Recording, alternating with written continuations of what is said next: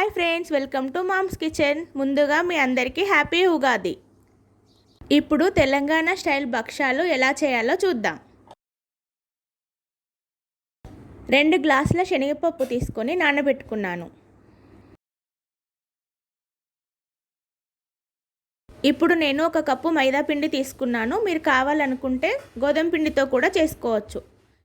ఇప్పుడు దీంట్లో 1 స్పూన్ నెయ్యి, కొద్దిగా సాల్ట్ వేసుకొని వాటర్ వేసుకుంటూ మెత్తగా కలుపుకోవాలి. పిండిని ముద్దలా చేసుకొని 2 స్పూన్స్ నెయ్యి వేసుకొని దానిపైన మూత పెట్టుకొని 1 గంట సేపు పక్కన పెట్టుకుందాం. పప్పు నానింది కదా, ఇప్పుడు దీన్ని కుక్కర్లో వేసుకొని 3 విజిల్స్ వచ్చేంత వరకు ఉడికించుకుందాం. ఇప్పుడు దీన్ని మిక్సీ జార్లో వేసుకొని 1 స్పూన్ ఇలాచీ పౌడర్ వేసుకొని బరకగా గ్రైండ్ చేసుకుందాం. స్టవ్ ఆన్ చేసుకొని గిన్నె పెట్టుకొని అందులో బెల్లం వేసుకొని కొద్దిగా మెల్ట్ అయ్యేంత వరకు కలుపుకొని ముందుగా రెడీ చేసి పెట్టుకున్న పప్పు మిశ్రమాన్ని వేసుకొని కలుపుకోవాలి.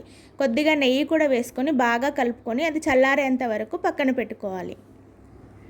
ఇప్పుడు ఈ మిశ్రమం చల్లగా అయింది కదా, ఇలా బౌల్స్లా చేసుకొని పెట్టుకుందాం. ఇప్పుడు ఒక కవర్ తీసుకొని కొద్దిగా నెయ్యి అప్లై చేసి వీడియోలో చూపించిన విధంగా ప్రిపేర్ చేసుకుందాం.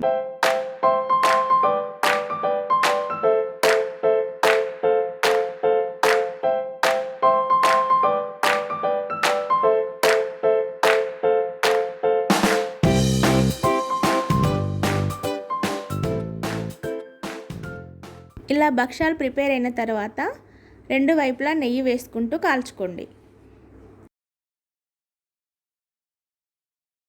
అంతే, తెలంగాణ స్టైల్ భక్షాలు రెడీ.